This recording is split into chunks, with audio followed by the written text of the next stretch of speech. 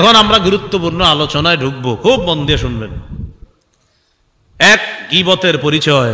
2 number, কয় মাধ্যমে গীবত করি। 3 নাম্বার, কয় ধরনের গীবত করি। 4 নাম্বার, গীবতের ভয়াবহতা। 5 নাম্বার, গীবতের ক্ষতি। 6 নাম্বার, গীবতের স্তর। 7 নাম্বার, গীবতের গন্ধ পাওয়া যায় এমন 8টা শব্দ আমরা সর্বশেষ শিখব। এই জন্য বলছি একদম এদিক সেদিক মাথা নাড়ায় না, পুরাটা সময় খুব মনোযোগ দিয়ে শুনবেন। 1 নম্বর, গীবতের পরিচয়। তিরমিজি শরীফের 1934 নম্বর হাদিস, 1934। এই হাদিসের বর্ণনাকারী সাহাবী আবু হুরায়রা রাদিয়াল্লাহু তাআলা তিনি বলেন, কিলা ইয়া রাসূলুল্লাহ মাল গীবা। রাসূলুল্লাহ সাল্লাল্লাহু আলাইহি সাল্লামকে জিজ্ঞাসা করা হলো, ওগো আল্লাহর নবী, গীবত কি জিনিস? ফাকালা রাসূলুল্লাহ সাল্লাল্লাহু আলাইহি ওয়াসাল্লাম, যিকরুকা আখাকা বিমা ইয়াকরা। রাসূলুল্লাহ সাল্লাল্লাহু আলাইহি সাল্লাম বললেন, তুমি তোমার ভাইয়ের ব্যাপারে এমন আলোচনা করা যেটা তোমার ভাই অপছন্দ করবে। আপনাদের এই এলাকায় এক ব্যক্তির নাম আব্দুল করিম। এই আব্দুল করিমের ব্যাপারে আওয়াজ আগেরটাই করেন, এরকম হয়ে গেল কেন হঠাৎ? হ্যাঁ, আগের মতোই করো, এরকম হলো কেন? আপনাদের এলাকায় এক ব্যক্তির নাম আব্দুল করিম। এই আব্দুল করিমের কোনো একটা বিষয় আপনাদের সামনে আমি বললাম, যেই কথাটা আব্দুল করিম যদি শুনতো এখানে তাহলে অপছন্দ করবে, এটাকে কি বলা হয়? গীবত। এখন আপনাদের প্রশ্ন জাগবে, হুজুর যদি আব্দুল করিমের মধ্যে সত্যিকার অর্থে এই অপরাধটা থাকে, হইতে পারে কিনা? সত্যিকার অর্থে অপরাধটা তার মাঝে থাকতেও পারে, নাও থাকতে পারে। আমি এক ব্যক্তির সমালোচনা করলাম আপনাদের সামনে, যার ব্যাপারে সমালোচনা করলাম তার মাঝে ওই অপরাধটা থাকতেও পারে, নাও থাকতে পারে। যদি তার মাঝে অপরাধটা থাকে তাহলে হবে গীবত, যদি অপরাধটা না থাকে তাহলে হবে অপবাদ। এক সাহাবী রাসূলকে প্রশ্ন করলেন, ইন কানা ফি আখি মা আকুলু ইয়া রাসূলুল্লাহ। হুজুর, আমি যার ব্যাপারে সমালোচনা করলাম তার মাঝে যদি এই অপরাধটা থাকে তাহলে এটা কি হবে? ফাকালা রাসূলুল্লাহ সাল্লাল্লাহু আলাইহি ওয়াসাল্লাম, ইন কানা ফীহি মা তাকুলু ফাকাদ ইগতাবতা। তুমি যার ব্যাপারে সমালোচনা করলা তার মাঝে যদি এই অপরাধ থাকে এটাই তুমি গীবত করলা। ওয়া ইল্লাম ইয়াকুন ফীহি মা তাকুলু ফাকাদ বাহাত্তা। তার মাঝে যদি ওই অপরাধটা না থাকে তাহলে তুমি অপবাদ দিলা। তাহলে বলেন তো আপনারা, আমি এক ব্যক্তির সমালোচনা করছি আপনাদের সামনে, যদি সমালোচনাকৃত অপরাধটা তার মাঝে থাকে এটাকে কি বলা হয়? আর যদি না থাকে অপবাদ। তাহলে অপরাধ থাকলে গীবত, না থাকলে অপবাদ। হ্যাঁ, আপনি কইবেন হ্যাঁ তো এটা করছে, আরে করছেই তো, এটা করলেই তো গীবত। হ্যাঁ হ্যাঁ, তো খেয়ে এটা করলো কি লেগে তাই তো কইছি। তা আপনি করছে দেখেই তো বলছেন, আর বলছেন দেখেই গীবত। আর যদি না থাকে এটা অপবাদ। আমরা গীবত করি 4 মাধ্যমে। বলেন কয় মাধ্যমে? এতদিন জানতেন শুধু মুখ দিয়ে গীবত হয়, আজকে জানবেন 4 মাধ্যমে গীবত করি আমরা। 1 নাম্বার, আল গীবাতু বিল লিসান, জিহ্বা দিয়ে গীবত, মুখ দিয়ে গীবত। 2 নাম্বার, আল গীবাতু বিল কলব, অন্তর দিয়ে গীবত। 3 নাম্বার, আল গীবাতু বিল ইশারা, ইঙ্গিতে গীবত। 4 নাম্বার, আল গীবাতু বিল কিতাবা, লেখায় গীবত। ফেসবুক ব্যবহারকারীরা একদম উঠেন না, মন দিয়ে শোনেন, লেখায়ও গীবত হয়।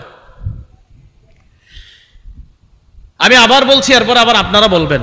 1 নাম্বার মুখের গীবত, 2 নাম্বার কলব দিয়ে গীবত, 3 নাম্বার ইশারায় গীবত, 4 নাম্বার কলম দিয়ে বা লেখায় গীবত। এবার আপনারা বলেন, 1 নাম্বার মুখ দিয়ে, 2 নাম্বার কলব দিয়ে, 3 নাম্বার ইশারায়, 4 নাম্বার লেখা দিয়ে। মুখ দিয়ে গীবত এটা তো সবাই জানেন। আমি ওনার ব্যাপারে অযথা আপনাদের সামনে যদি একটা গীবত করি, যেটা দরকার ছিল না, অপরাধ একটা করছে উনি, কিন্তু ওনার এই অপরাধটা বলা দরকার ছিল না, তাও বলে দিস। রাসূলুল্লাহ সাল্লাল্লাহু আলাইহি সাল্লাম বলেন, এই যে তুমি অযথা একজনের ব্যাপারে এটা বলে ফেললা, দুনিয়ার পূর্ব পশ্চিম যত বড়, তুমি জাহান্নামের এই পরিমাণ গভীরতায় শুধু একটা এই অনর্থক গীবতের কারণে তোমার ঠিকানা হতে পারে। সহিহ বুখারীর বর্ণনা 6477 নম্বর হাদিস। এই হাদিসের মধ্যে আসছে, ক্বালা রাসূলুল্লাহ সাল্লাল্লাহু আলাইহি ওয়াসাল্লাম, ইন্নাল আবদা লা ইয়াতাকাল্লামু বিল কালিমাতি মা ইয়াতাবায়ানু ফিহা ইয়াজিল্লু বিহা ফিন নার আবআদা মিম্মা মিম্মা বাইনাল মাশরিক। রাসূলুল্লাহ সাল্লাল্লাহু আলাইহি সাল্লাম বলেন, কোন বান্দা যদি অনর্থক কারো গীবত করে, সমালোচনা করে, অনর্থক হুদাই বলছে মুখ দিয়া, কোনো দরকার ছিল না বলা, চারজনে চা খাইতেছি, আন্দাজে আমি ওনার ব্যাপারে কইয়া দিলাম একটা কথা। নবীজি বলেন, ওই ব্যক্তি এই কথার পরিণতি সম্পর্কে সে চিন্তাও করে নাই যে কি হইতে পারে। ইয়াহবি বিহা ফিন্নার আবআদা মিম্মা বাইনাল মাশরিক। একটা কথার কারণে দুনিয়ার পূর্ব পশ্চিম যত বড়, জাহান্নামের এই পরিমাণ গভীরে সে যাবে। নাউজুবিল্লাহ। এই জিহ্বা নিয়ন্ত্রণ করেন, আল্লাহ হেফাজত করেন আমাদের। বেশিরভাগ মানুষ শুধু জিহ্বার অপরাধে জাহান্নামে যাবে।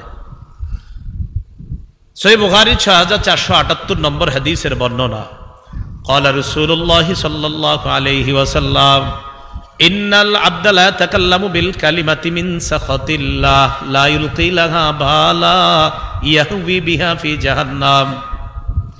রাসূলুল্লাহ সাল্লাল্লাহু আলাইহি ওয়াসাল্লাম বলেন, কোন ব্যক্তি পরিণতি চিন্তা না করে কথার কথা বলে ফেলছে। আমরা অনেক সময় কথা বলি, এই তুই এটা বললি কেন? আরে এমনি কথার কথা বললাম। এই আজকে থেকে আর কথার কথা বললেন না। এই যে কথার কথা বলে ফেলছেন, ৩-৪ জন কথা বলতে বলতে হঠাৎ একজনের ব্যাপারে বললেন, তো আমি বললাম তোর মেয়ে কি কইলেন? আরে মেয়ে এমনি কথার কথা কইলাম। এগুলো এত গুরুত্ব দেন কা? রাসূল বলেন, এই একটা কথার কথা তোমাকে জাহান্নামে নিয়ে যাবে। প্রিয় ভাইরা, জিহ্বাকে গীবত থেকে হেফাজত করবো, আল্লাহ আমাদেরকে তৌফিক দান করেন। 2 নাম্বার, কোন মাধ্যমে গীবত করি? কলব। ইবনে হাজার হাইতামি রহমতুল্লাহি আলাইহি বলেন, আল গীবাতু বিল কলব হিয়া আন তাজুন্না বিহি সুআ। কলবের গীবত হলো কলব দিয়ে কারো ব্যাপারে খারাপ ধারণা করা। সহিহ বুখারীর বর্ণনা 5143 নম্বর হাদিস। এই হাদিসের মধ্যে রাসূলুল্লাহ সাল্লাল্লাহু আলাইহি সাল্লাম বলেন, ইয়াকুমুজ যন্না, তোমরা বেশি পরিমাণে খারাপ ধারণা করা থেকে বাঁচো। ফাইন্না যন্না আকযাবুল হাদিস, বেশি পরিমাণে খারাপ ধারণা করা এটা হলো সবচেয়ে মিথ্যা কথা। তাহলে কলব দিয়ে কারো ব্যাপারে খারাপ ধারণা করা এটা কলবের গীবত, আর এটা সবচেয়ে বড় মিথ্যা কথা। কলবে কখনো কারো ব্যাপারে খারাপ ধারণা আসলে কি করবেন? কলবে দাফন করে দিবেন, মুখে ইস্তেগফার পাঠ করবেন, আর নিজের 99টা গুনাহের কথা স্মরণ করবেন। কথার কথা, ওই ব্যাটার তো একটা, আপনার আরো 99টা আছে। তাহলে কলবে কারো ব্যাপারে খারাপ ধারণা আসা এটা কলবের গীবত। 3 নাম্বার, আল গীবাতু বিল ইশারা। এটা একটু মনোযোগ দেন, আমার দিকে তাকান, দেখেন। এই যে আমি বললাম, এই বললাম, এই দেখ দেখ দেখ, হাত দিয়ে ইঙ্গিত করে একজন খাটো মানুষ আপনাদেরকে ইঙ্গিতে দেখেছে, এই এই দেখ দেখ, ইঙ্গিতে এভাবে। কথাও বলি নাই, কিচ্ছু বলি নাই, শুধু এমন করছে, চোখটি বান মেরে। এটা ইশারার গীবত, এটা আপনাকে জাহান্নামে নিয়ে যাবে। এগুলো আছে আমাদের মাঝে, বলেন। হ্যাঁ, মুসনাদ আহমদের হাদিস শুনেন, 25708 নম্বর হাদিস। এই হাদিসের বর্ণনাকারী আম্মা জান আয়েশা সিদ্দিকা রাদিয়াল্লাহু তাআলা আনহা। আন আয়েশা সিদ্দিকা রাদিয়াল্লাহু তাআলা আনহা قالت دخلت امرأة قصيرة إلى النبي صلى الله عليه وسلم فقلت بإبهامي هكذا أشرت إلى النبي صلى الله عليه وسلم أنها قصيرة। আম্মা জান আয়েশা বলেন, আল্লাহ নবীর দরবারে একজন খাটো মহিলা উপস্থিত হয়। নবীর দিকে আমি হাতের মাধ্যমে এইভাবে ইশারা করে আল্লাহ নবীকে ইঙ্গিতে দেখায় দিয়ে বললাম, ইয়া রাসূলুল্লাহ, দেখেন খাটো মহিলা। মুখে কয় না, ইঙ্গিতে। আমি ইঙ্গিতে এইভাবে বলে দিলাম, হুজুর দেখেন দেখেন খাটো। আল্লাহ নবীর সাথে সাথে বললেন, আয়েশা ইগতাবতিহা, তুমি গীবত করছো। শিক্ষক কেমন দেখেন তো, শরীয়তের ব্যাপারে কাউরে ছাড় নাই, নগদ। আর আম্মাজান আয়েশা সিদ্দিকা, তিনি আমাদের আম্মাজান কতটা আমানতদার দেখেন। তার নিজের ঘটনা আমগরে কইয়া দিছে। উনি তো পারতেন যে এটা আমি কমু না, আমার সাথে ঘটনা, কিন্তু না, উনি আমাদেরকে বলছে কেন? আমরা এই হেফাজত থাকি, আমরা যেন অপরাধ থেকে দূরে থাকি। তো আম্মাজান বলেন, আমি একজন নারীকে ইঙ্গিতে দেখাইছি হুজুর খাটো। রাসূল কয়, ইগতাবতিহা, আয়েশা তুমি গীবত করছো। আবু দাউদ শরীফের হাদিস 4875 নম্বর হাদিস। এই হাদিসের বর্ণনাকারীও আম্মা জান আয়েশা সিদ্দিকা রাদিয়াল্লাহু তাআলা আনহা। তিনি বলেন, আমি রাসূলুল্লাহ সাল্লাল্লাহু আলাইহি সাল্লামকে বললাম, হাসবুকা মিন সফিয়াতা কাযা ওয়া কাযা তানি কাসীরা। নবীজির আরেকজন বিবি ছিলেন আমাদের আম্মাজান সফিয়া রাদিয়াল্লাহু তাআলা আনহা। আমি একটা বাংলা বলবো, এই বাংলাটাই কিন্তু বলবেন আমাদের আম্মাজানের শানে, অন্য বাংলা বলবেন না। আম্মাজান সফিয়া দেখতে তুলনামূলক আম্মাজান আয়েশা সিদ্দিকা রাদিয়াল্লাহু তাআলা আনহার চাইতে একটু কম লম্বা ছিলেন, মানে একটু কম লম্বা ছিলেন। এই বাংলাটাই বলবেন যে একটু কম লম্বা ছিলেন আম্মাজানের তুলনায়। সফিয়া রাদিয়াল্লাহু তাআলা আনহা একটু কম লম্বা ছিলেন। তো আম্মাজান আয়েশা সিদ্দিকা রাদিয়াল্লাহু তাআলা আনহা নবীজিকে বললেন, হাসবুকা মিন সফিয়া কাযা ওয়া কাযা তানি কাসীরা। হুজুর, সফিয়া তো এমন এমন, অর্থাৎ একটু কম লম্বা। নবীজি কি বললেন দেখেন, লাকাদ কুলতি কালিমাতান লাউ মুজিজাত বিমাইল বাহরি লামাজাজাত। আয়েশা, তুমি এমন একটা বাক্য বললা, যেই বাক্যটা যদি সমুদ্রের পানির সাথে মিশিয়ে দেওয়া হয়, এই বাক্যের বিষাক্ততায় সমুদ্রের পানির রং পাল্টে যাবে। এটা গীবত। এই গীবত নামক আপনার আমার কোন বাক্য সমুদ্রে তুমি একনা নদী সামনে কক্সবাজারের সমুদ্রের মধ্যে যদি ফেলে দেওয়া হয়, নবী বলেন এটার যদি আসর প্রতিক্রিয়াটা সমুদ্রের মধ্যে ছড়াইতো, তাহলে সমুদ্রের পানির রং পাল্টে যেত। একটা গীবতের এই পরিমাণ বিষাক্ত। মুসলমানের সম্মান হানি করেন না, আল্লাহ বুঝার তৌফিক দান করেন। তাহলে ইশারায় গীবত বুঝাইছিনি, চোখ টিবান, এই চোখ দিয়ে একজন আরেকজনকে ক্রিটিসাইজ করা, অপমান, এটা আমরা করব না ইনশাআল্লাহ। 4 নাম্বার কোন মাধ্যমে গীবত করি জানি? লেখা। ফজরের নামাজ পড়া ফেসবুকে যদি আপনি একটা স্ট্যাটাস না দেন, তাহলে তো দেশ অচল হয়ে যাবে। কেমনে দেশ চলবো? কারণ আপনি একটা লেখা না লিখলে আপনি তো দেশ নিয়ে বহুত টেনশনে থাকেন। এই জন্য আপনি লিখে দিলেন ফেসবুকে, জুনায়েদ আল হাবিব সাহেব আর নাই, সবাই একবার সূরা ফাতিহা 3 বার সূরা ইখলাস পাঠ করেন। আবার সবাই সূরা ফাতিহা ইখলাস পাঠ করে লিখতেছে আলহামদুলিল্লাহ, কেউ লিখতেছে সমাপ্ত, কেউ ইংলিশে লিখতেছে ডান মানে সমাপ্ত, কেউ লিখতেছে আই হ্যাভ কমপ্লিটেড, আমি শেষ করেছি, বাস। মানে যার যে লিখতেছে আই হ্যাভ ফিনিশড, আমি শেষ করেছি। মানে এক একজনে সূরা ফাতিহা আর 3 বার ইখলাস পড়া দিতেছে, আমার শেষ। আপনি না পড়ে থাকলে আপনিও পড়ুন, হুজুরে হসপিটালে নাস্তা খাচ্ছে। এই যে লিখে দিলেন মারা গেছে, কি কামটা করলেন? হ্যাঁ, উনি নাস্তা খাইতেছে বুঝছো, উনি এখন আলহামদুলিল্লাহ জীবিত আছে। তো এই যে আপনার কাজটা করলেন। তো একজন ব্যক্তির ব্যাপারে আপনি ফেসবুকে, এটা ঠিক আছে, এটা একটা আরেকজনের ব্যাপারে একটা গীবত লিখে দিচ্ছেন আপনি, সমালোচনা। বেচারা আসলে একটা অপরাধ করছে, মনে করেন 10 বছর আগে। তো 10 বছর আগে অপরাধটা করার পর উনি তওবা কইরা ভালো হয়ে গেছে। এখন 10 বছর পরে আইসা আপনি কথার কথা এটা আবার লিখে দিচ্ছেন ফেসবুকে। কি দরকার ছিল আপনার এটা লেখা? বলেন আমারে। এই যে তার অপরাধটা আবার লেখলে নতুন করে কথা শুরু হয়েছে। হ্যাঁ, আচ্ছা, এরে তো বুঝতাম কত ভালো মানুষ, এই বুঝি এমন লোক। আসলে বেটায় এই অপরাধটা করছে ঠিক আছে 10 বছর আগে, তো হয়তো উনি আল্লাহর কাছে মাপ চায় প্রিয় হয়ে গেছে। আপনি কাজটা করলেন কি? ইমাম গাজালি বলেন, কাযালিকাল গীবাতু বিল কিতাবা ফাইন্নাল কলাম আহাদুল লিসানাইন। লেখা দিয়েও গীবত হয়। কলম হলো 2 ভাষার এক ভাষা। মানুষ মুখ দিয়ে ভাষা বলে, কলম দিয়ে ভাষা লেখে। ইমাম গাজালি বলেন যে মুখ দিয়ে যেই কথা বলা গীবত, কলম দিয়ে সেই বাক্যটা লেখা কলমের গীবত, লেখার গীবত।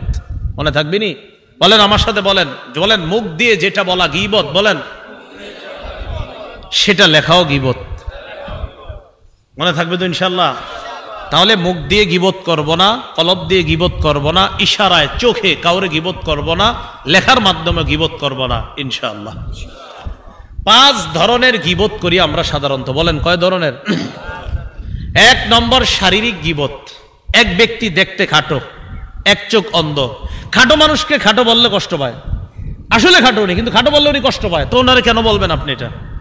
এক ব্যক্তির চোখ কানা, উনি জানে উনি কানা, কিন্তু ওনাকে যদি আপনি কানা বলেন উনি কষ্ট পাবে। আল্লাহ বানাইছে তাকে এমন, আপনি কানা বললেন না, এটা শারীরিক গীবত।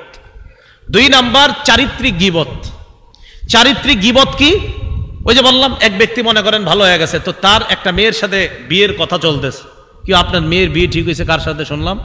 ওই অমুক পাড়ার ওই ছেলের সাথে। ইন্নালিল্লাহ, কষ্ট সব নিজেননি?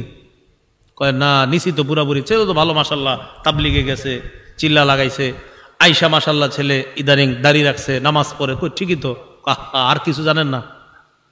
কি আর হ্যাঁ ঠিক আছে, এই যে ভাই ওই মেয়ের বাপ কি হয়েছে বাজান বলো ঠিক করে, এই যে কি কইছে বিয়া ভেঙে গেছে শেষ। এটা চারিত্রিক গীবত, হাসির জন্য না, এগুলো আমাদের অহরহ হচ্ছে। 3 নম্বর বংশীয় গীবত। বংশীয় গীবত কি? আপনি কোন বংশের? অমুক বংশের, সুর গোষ্ঠী সব এগুলো হয় আমাদের। তো এই যে আপনি ওই বেচারা তাহাজ্জুদ পড়ে, নামাজ পড়ে, 5 ওয়াক্ত নামাজ পড়ে, হেরে কয় সুর গোষ্ঠী। তো উনি তো নামাজ পড়ে, হয়তো ওনার বংশে কোনো কালে একজন চুরি করছে, তো এটা তার দোষ, তাকে কেন বলছেন আপনি? এইটা হলো বংশীয় গীবত। 4 নাম্বার পোশাক পরিচ্ছেদের গীবত। আপনার 10 জন বন্ধুকে আপনার মেয়ের বিয়েতে দাওয়াত দিয়েছেন, 9 জন 900 টাকা 600 টাকা 700 টাকা গজের পাঞ্জাবি পরে আপনার মেয়ের বিয়েতে আসার সামর্থ্য আছে, এটা আপনিও জানেন। আর ওই যে আপনার আরেকজন বন্ধু, উনি 100 টাকার উপরে গজে পাঞ্জাবি কেনার সামর্থ্য নাই, এটাও আপনি জানেন। 10 বন্ধু আপনার মেয়ের বিয়েতে আসছে, আপনি কি করেন? এই 9 জনেরই সময় দেন, ওরে দেন না। কেন দেন না? আপনার পেস্টিজ একটু লাগতেছে, তো কি জামাটা পরেছে। তো হঠাৎ একজনে কয়, কি ও আপনি ওই বন্ধুরে সময় দেন না, তো বইলা ফেলছে, আরে বেটা কি পরেছেন এটা, ও আবার শুনে ফেলছে, ওই যে ওই বন্ধু কথাটা কানে শুনে ফেলছে, কষ্ট পাবেনি। আপনি তো জানেনই সে 100 টাকার উপরের গজের পাঞ্জাবি কেনার সামর্থ্য নাই, এটা দাওয়াত দিচ্ছেন কেন আপনি? এটা পোশাক পরিচ্ছেদের গীবত। তাই কোনো মানুষ যদি তার সামর্থ্যের মধ্যে পোশাক পরে, তার ওই পোশাককে আপনি ছোট করতে পারেন না, কারণ তার সামর্থ্য অতটুকু, আপনি কিভাবে তারে এটা নিয়ে ছোট করবেন? 5 নাম্বার পরোক্ষ গীবত। পরোক্ষ গীবতটা আমাদের খুব বেশি হয়। আমার দিকে সবাই তাকান, সহজে বুঝবেন। আপনারা বসা, আমি ওনার সাথে বসে গল্প করতেছি এখানে, তো ওনার বললাম, তো এরপরে এই ঘটনা ঘটছে, উনি কয় বুঝছি, উনি কয় বুঝছি, আর কওয়া লাগবে না। এর মানে আমি যার কথা বলতেছি উনি বুঝে লেছি রে কে, আমিও বুঝে লেছি কে, আর সামনে আপনারাও বুঝছেন কে, কিন্তু কেউ কারো নাম বলি না, সবগুলা গীবত করছি। এটা পরোক্ষ গীবত। আমি বলছি, বলার পর কয় বুঝছি, বলা লাগবে না কে, মানে আমি যারে বুঝাইছি উনিও বুঝে ফেলছে, আমিও বুঝে ফেলছি, সামনে যারা আপনারা বুঝে, ও বুঝছি কে, নাম বলছি কারো। এই সবাই পরোক্ষ গীবতের গুনাহে লিপ্ত হলাম। আল্লাহ না করেন এটা জাহান্নামে নিয়ে যেতে পারে। তাহলে 1 নাম্বার শারীরিক গীবত, 2 নাম্বার চারিত্রিক গীবত, 3 নাম্বার বংশীয় গীবত, 4 নাম্বার পোশাক পরিচ্ছেদের গীবত, 5 নাম্বার পরোক্ষ গীবত। এই 5 ধরনের গীবত, 4 মাধ্যমের গীবত, সব গীবত থেকে আল্লাহ হেফাজত করেন। গীবতের ভয়াবহতা জানবো এখন আমরা। গীবতের শুধু একটু বাংলা জেনে রাখবেন একটা ভয়াবহতা। বাইহাকি শরীফের বর্ণনায় রাসূলুল্লাহ সাল্লাল্লাহু আলাইহি সাল্লাম বলেন, আল গীবাতু আশাদ্দু মিনাজ জিনা। গীবত জিনার চেয়ে বড় অপরাধ। গীবত জিনার চেয়ে বড় অপরাধ। আচ্ছা বলেন তো, একটা ব্যক্তি জিনা করছে, এটা কি আমরা বড় অপরাধ হিসাবে দেখি, নাকি গীবতটা? বাস্তবিক জিনাটা। আমরা কোনটাকে, গীবতটাকে বড় অপরাধ দেখি না জিনাটা? জিনা দেখলে বাস এরে আলকাতরা মালকাতরা যা আছে লাগায় টাকায়, কথার কথা। অথচ গীবত ওই জিনা নামক অপরাধের চেয়ে আরো ভয়ঙ্কর। যেই গীবত, যেই অপরাধটা আমরা সারাদিন করতেছি, এটা আমরা অপরাধই মনে করতেছি না, আর যেটা ওটার চেয়ে নিম্ন, এটা একদিন হইলে এলাকা পুরা গরম, অথচ যেটা অহরহর হচ্ছে এটার ব্যাপারে আমাদের আলোচনাই নেই। বলেন আপনারা, জিনা ভয়ঙ্কর না গীবত? হ্যাঁ, গীবত মুসলমানের সম্মানহানি। আস-সিলসিলাতুস সহিহা কিতাবের নাম, 1871 নম্বর হাদিস।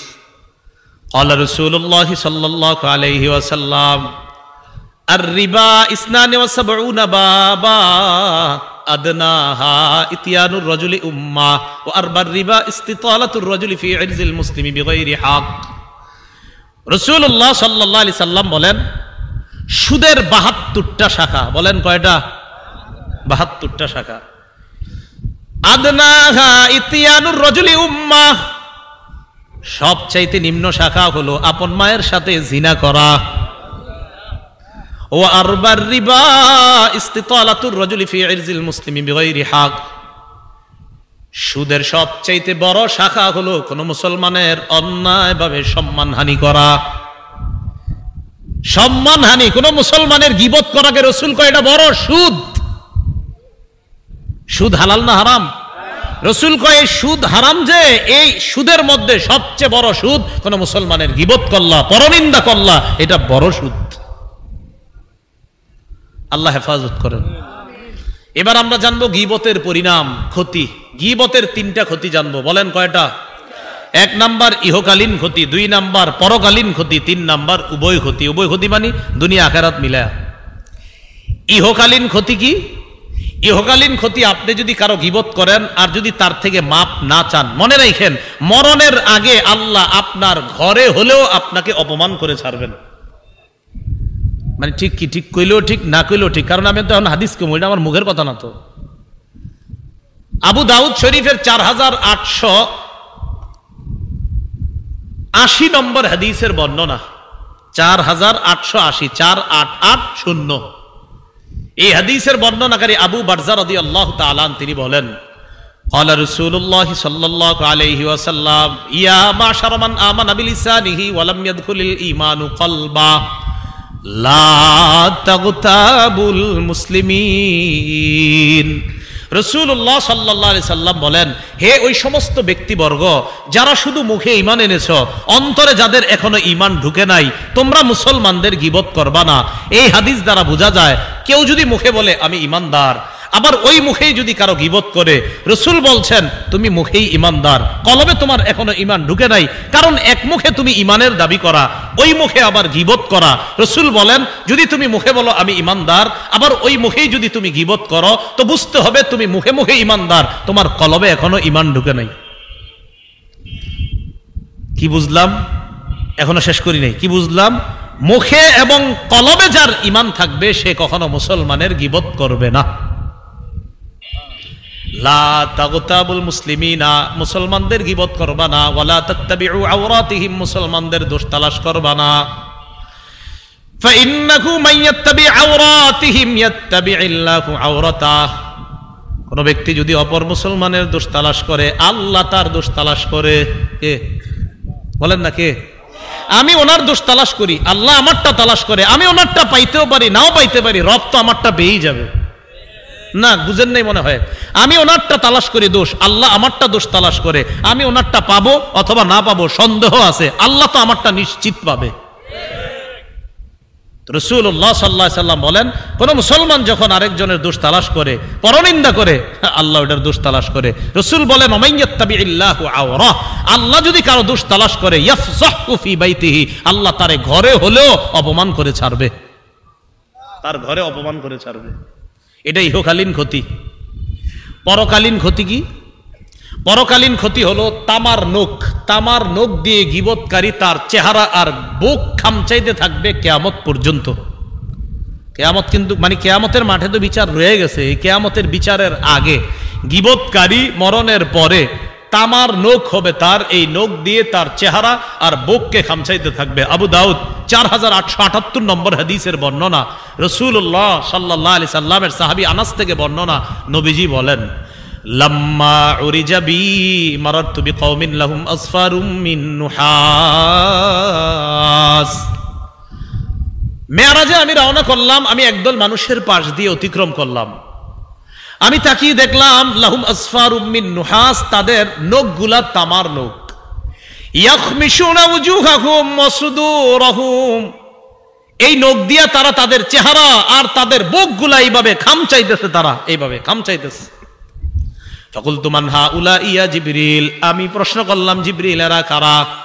জিবরিল আমিন জবাব দেয়, হাউলা ইল্লাযিনা ইয়াকুলুনা লুহুমান নাস ওয়া ইয়াকুনা ফি আরাদিহিম, এরা তারা যারা দুনিয়ার মধ্যে মানুষের গোশত খাইতো। কি খাইতো? এই জায়গার কেউ আছেন মানুষের গোশত খান? তো মানুষের গোশত মানে গীবত করত। ওয়া ইয়াকুনা ফি আরাদিহিম, যারা মানুষের সম্মান হানি করত। আল্লাহ আমাদেরকে অপরাধ থেকে বাঁচার তৌফিক দান করেন। গীবতের উভয় ক্ষতিটা দেখেন, আবু দাউদ শরীফের 4881 নম্বর হাদিস। আমি খানা খাইতেছি মনে করেন, আচ্ছা এটা দিয়ে দেখা, এটা একটা প্লেট মনে করেন, খানা খাইতেছি। খানা খাওয়ানোর সময় এক লোকমা মুখে দিতে দিতে আরেকজনের দোষ কইতেছে।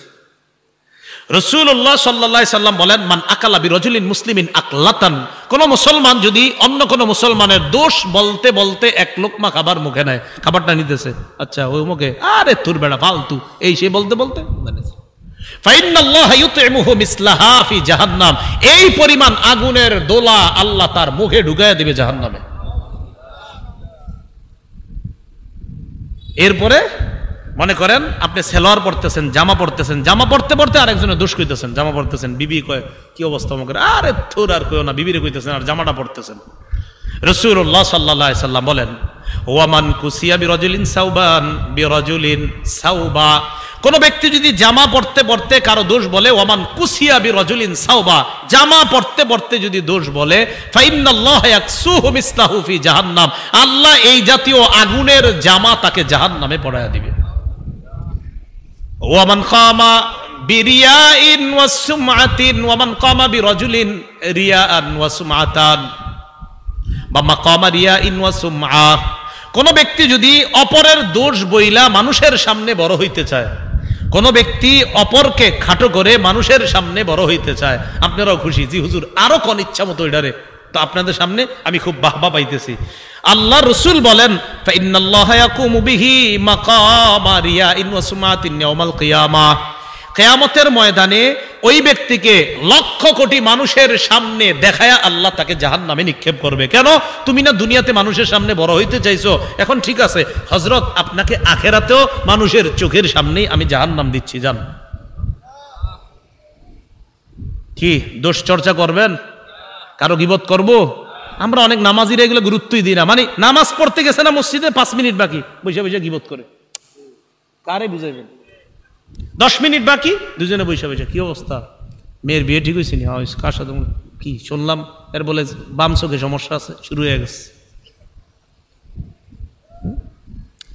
এগুলো হাসবেন না, গুরুত্ব সহকারে নেন।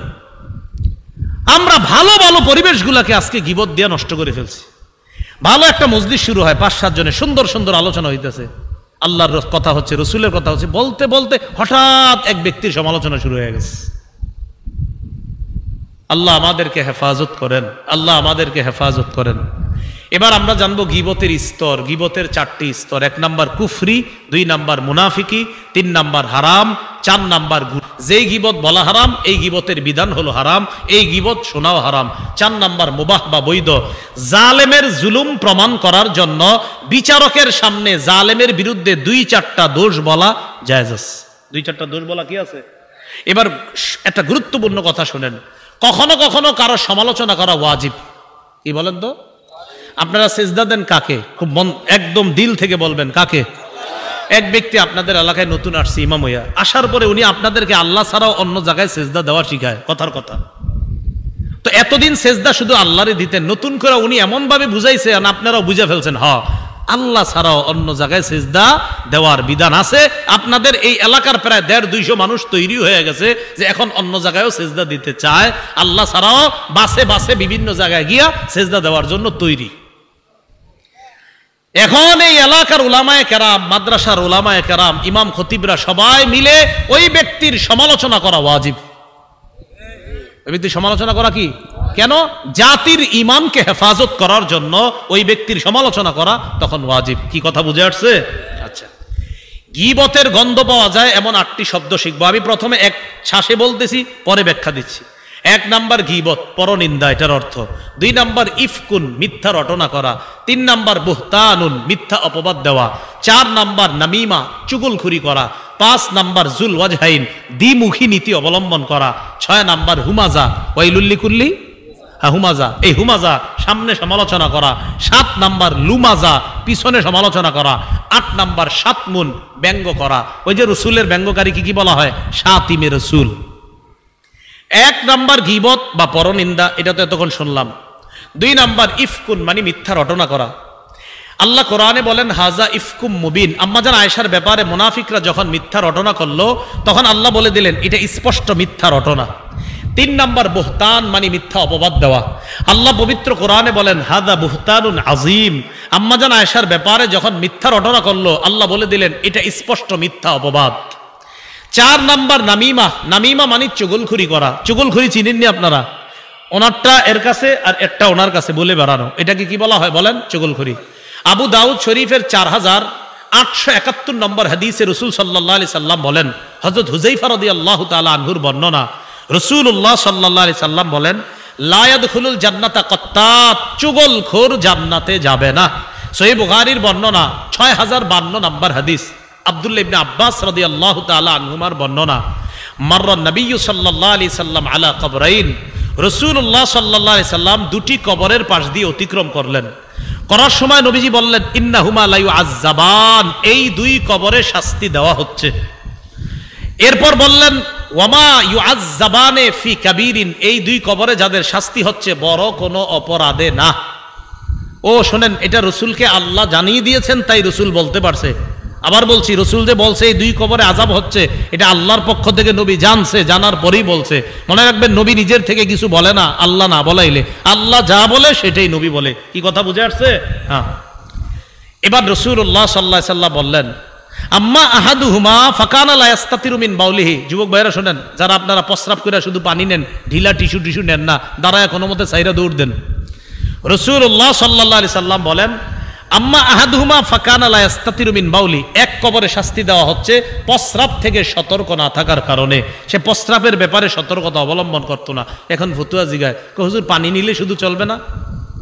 পানি নিলে শুধু চলবে না, না চলবে, এটা ট্রাই করবেন। কিভাবে? প্রস্রাব করে কিছুক্ষণ বসে থাকেন, উঠেন না, দেখবেন একটু পরে ফোটায় ফোটায় পড়তেছে। তো আপনি পানি নিয়ে আসার পরেও তো এটা ফোটা ফোটা পড়বে। এই জন্য টিস্যু নিবেন, আর মাটি থাকলে মাটি নিলে ভালো, না পারলে টিস্যু। ওয়াম্মাল আখর, আর আরেক কবরে ফাকানা ইয়ামশি বিন নামিমা, সে চুগলখড়ি করতো, এই জন্য ওই কবরে শাস্তি হচ্ছে। সুম্মা দাআ বিআসিবিন নতবিন, একটা খেজুরের কাঁচা ডাল আনছে রাসূল, আনার পর ফাশাক্কাহু বিইসনাইন, দুই টুকরা করছে, করার পর একটাকে এক কবরের উপর স্থাপন করছে, আর একটা আরেক কবরের উপর। এরপর বললেন লাআল্লাহু ইউখাফফাফু আনহুমা মালাম ইয়াইবাসা, এই দুইটা কাঁচা ডাল শুকনা হওয়ার আগ পর্যন্ত আমি আশাবাদী এই দুই কবরের আযাব হালকা করা হবে। তাহলে বলেন তো, চুগলখুরির কারণে শাস্তি কবরে হয়, এটা আমরা জানলাম। মুসনাদে আহমদ একটা হাদিসের কিতাব, এই কিতাবের 17,998 নম্বর হাদিসের বর্ণনা। রাসূলুল্লাহ সাল্লাল্লাহু আলাইহি সাল্লাম বলেন খিয়ারু ইবাদিল্লাহ আল্লাযীনা ইযা রুউ যুকিরাল্লাহ, এই পৃথিবীর আল্লাহর বান্দাদের মাঝে সবচেয়ে উত্তম বান্দা তারা যাদেরকে দেখলেই আল্লাহর কথা মনে পড়ে। বলেন তো, যাদেরকে দেখলে কাদের কথা মনে পড়ে? তারা আল্লাহর সবচেয়ে প্রিয় বান্দা। ওয়াশিরারু ইবাদিল্লাহ, আল্লাহর সবচেয়ে নিকৃষ্ট বান্দা তিন শ্রেণী। বলেন কয় শ্রেণী? এক নাম্বার আল মাশাউনা বিন নামিমা, চুগলখোর যারা, তারা হলো সবচেয়ে নিকৃষ্ট। দুই নাম্বার আল মুফাররিকুনা বাইনাল আহিব্বা, মহব্বতের মানুষদের মাঝে যারা ফাটল ধরায়, তারাও সবচেয়ে নিকৃষ্ট। তিন নাম্বার আল বাগুনাল বুরা আল আনাতা, ভালো মানুষদের যারা খারাপ কামনা করে তারা সবচেয়ে নিকৃষ্ট। এই এলাকার একজন আল্লাহর ব্যাপারে আপনাদের কেউ কামনা করলেন, এটা ঠাডা পুরা মরতে পারলো না, কামনা করছেন আপনি একটা ভালো মানুষের ব্যাপারে। মনে রাখেন, রাসূল বলেন একজন ভালো মানুষের ব্যাপারে তুমি আল্লাহর কাছ থেকে গজব কামনা করলা, আমি নবী তোমার পৃথিবীর সবচেয়ে নিকৃষ্ট বলে ঘোষণা করে গেলাম।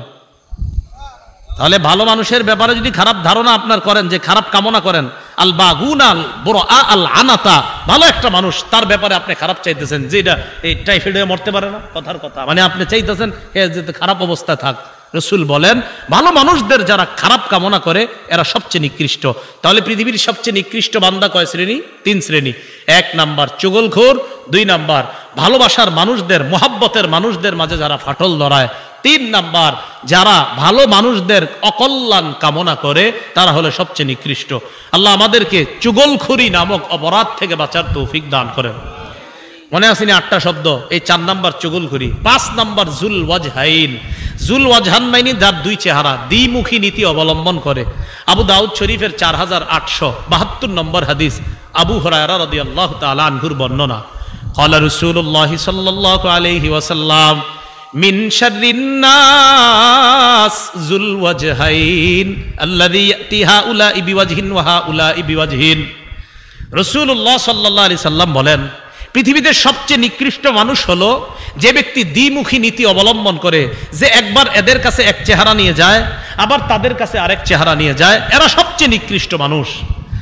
এরপর রাসূলুল্লাহ সাল্লাল্লাহু আলাইহি সাল্লাম আবু দাউদ শরীফের 4873 নম্বর হাদিসের আম্মার রাদিয়াল্লাহু তাআলা আনহুর বর্ণনা, নবীজি সাল্লাল্লাহু আলাইহি সাল্লাম বলেন মান কানা লাহু ওয়াজহানে ফিদ দুনিয়া কানা লাহু লিসানানি মিন নারিন ইয়াউমাল কিয়ামাহ।